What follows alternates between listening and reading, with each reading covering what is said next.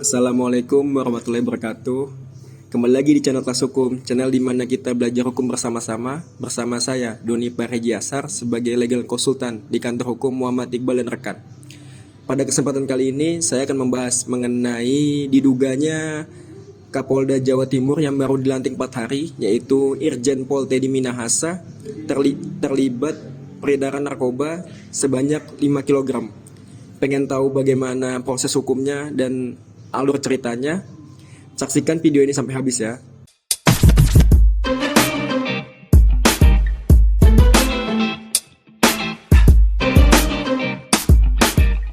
Seperti yang kita ketahui, Irjen Pol Teddy Minahasa dilantik baru 4 hari setelah menggantikan Irjen Pol Niko Afinta atas tragedi Kanjuruhan, Malang.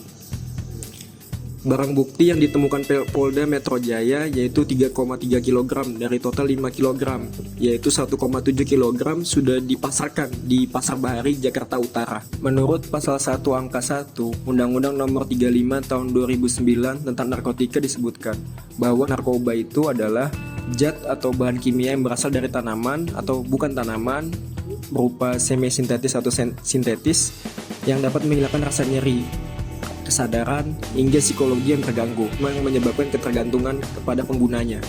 Dalam Undang-Undang Narkotika Nomor 35 Tahun 2009 tentang narkotika, ada dibagi 4 kelompok narkoba, yaitu yang pertama adalah amfetamin, yang kedua ada kanabis, yang ketiga ada ATS, dan yang keempat ada tranquilizer.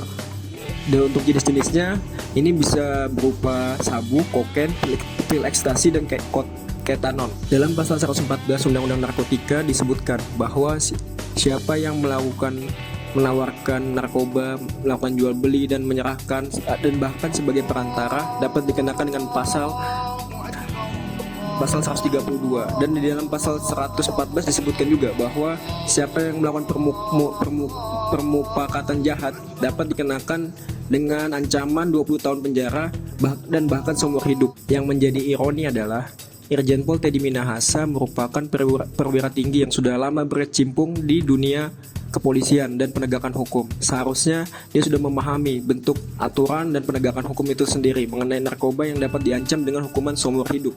Akan tetapi dalam hal ini, Irjen Pol Teddy Minahasa juga ikut terlibat dalam kasus peredaran narkoba. Sampai saat ini Irjen Pol Teddy Minahasa masih diduga dan akan diadili dan dibawa ke meja hijau untuk mendapat keadilan. Kadip Humas Metro Jaya melakukan penahanan kepada Irjen Pol Teddy Minahasa, dan kemudian Irjen Pol Teddy Minahasa menggunakan pengacara sendiri dan tidak diwakili oleh pengacara dari Kepolisian Republik Indonesia.